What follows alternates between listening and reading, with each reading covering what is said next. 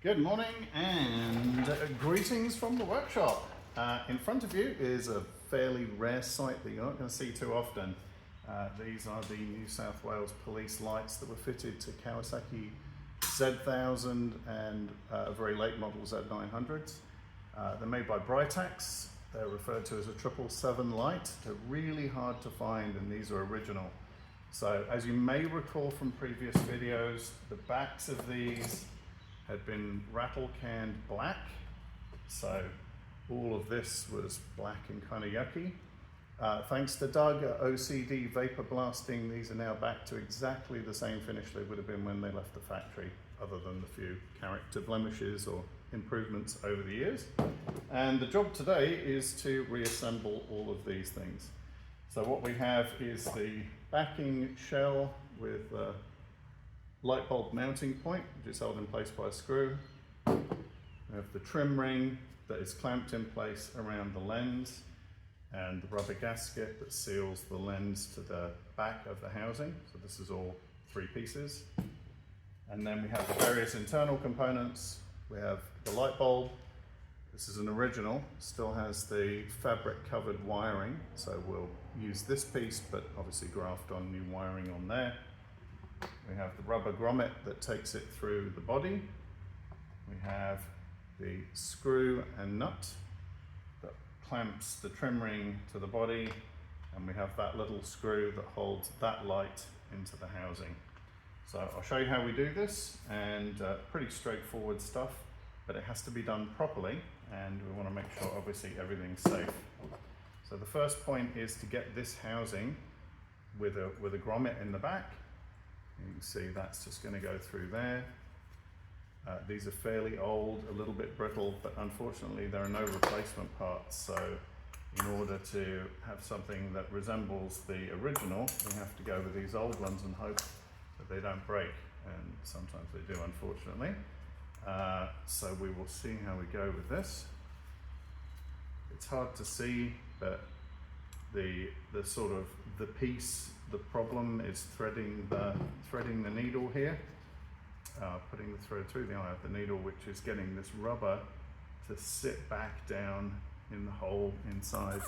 So you can see here, all of that needs to come through. And to do that without breaking everything is somewhat tricky. So we've got a little bit more in there. It's not super critical to the safety or operation of these lights. We do have other ways to insulate the wires as they come through, heat shrink tubing being one of them in black, which I have here somewhere, I thought.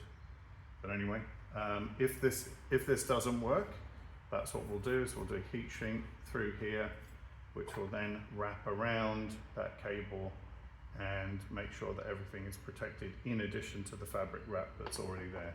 So let me try doing this off camera. It's a little bit fiddly. I will come back and you'll see the next cut with hopefully this in, and we'll start work on the wiring.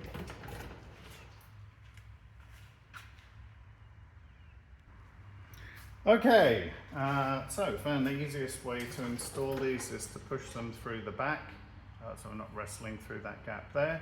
And then basically I'm going to thread this through this hole here, if you can see it.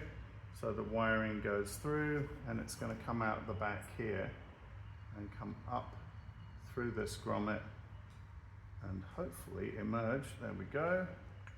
That gets us through the housing. Now we've got protection for the wire going through the body of the light itself, plus the sheathing on, it's fabric sheathing on the wire. We've got this as well to stop water ingress. The way they're fitted off is quite straightforward. Obviously don't touch the bulb. There's a little catch right there. I don't know if you can see that. There's a little piece right there. Little lip, and that bulb fits into the lip there. So that holds the bottom in place, and then we take that screw and we're going to pop that just in here. And that is literally the entirety of the fixings. Sorry, that's my neighbor with the ice cream truck next door. Yes, they still exist.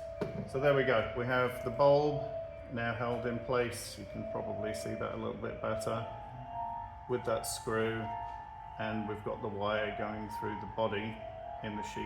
So that's step number one. Now we have to get this on here, which fits just directly over the top. Again, being careful not to touch the wiring. The key is to have the 777 lined up in the center here and the Britax logo vertical so the OCD doesn't kick in too hard. Then we fit this trim ring over the top. It's a little bit of a snug fit, but typically if you're right-handed or left-handed, you would start from one side, give it a little tension and slide that around. And again, you're going to be right there in the middle. You can see that's now snug the entire way around. And we now have the screw and nut. And this might be a little bit tricky, but the way I do them, just for consistency, is on the left-hand light, the fastenings face inwards towards the bike. So in other words, this is the left. This little screw is going to be pointing outwards. So if I can get that on there. Oh, first try, not too bad. So the screw is going to be pointing that way. So this would be the left side of the bike. In other words, it would be facing that way. So we have our fastenings going inwards. I don't know why I like that, but I do like that. Some sort of consistency, I guess, around how things get put together. And then the final piece is just to nip it up. And in the middle, this is worth pointing out, in the middle is a little notch, and the notch has to sit in the middle of this clamp ring. If you don't, you run the risk of shattering the lens, which we don't want. And then this gets nipped up. Again, this is just to stop water ingress, anything foreign getting into the light itself. And that, folks, is one complete light. Again, like I said, screw head, nut, bolt inside. So that will sit facing forward on the bike like that. So that's it. That's a little peek into a pretty rare set of lights that you're not going to see on any current bikes. You probably won't see on any other restorations outside this channel. These will all get a clean up, obviously Windex for the glass, and in general they'll get a little polish. When the auto elec is up next weekend, we'll extend these using black wire and heat shrink again to stop water ingress, and these will then get fitted to the Z650, the 78 Z650. You may have noticed in the other bike as well, and I'll try and post some photos to support this, that in 77, 78 and 79 they use this style lights, this Britax 777. Prior to that they used Campbell lights, and they're a whole nother story. I'll do another video showing you those lights. Those were used on the 76 and earlier Kawasaki's, and also on all the Honda CB750s. So really interesting stuff. We were lucky to acquire, I think, 6 or 7, one brand new in the box Campbell light. So that's our reference for a number of these builds. So I'll do a separate video on that one. But there you go. That's today's little exercise. Britax 777 lights going back together after being blasted back to perfection by Doug at OCD Vapor Blasting. Catch you in the next video, everybody. Hope you like that. Let me know what you think, and please enjoy.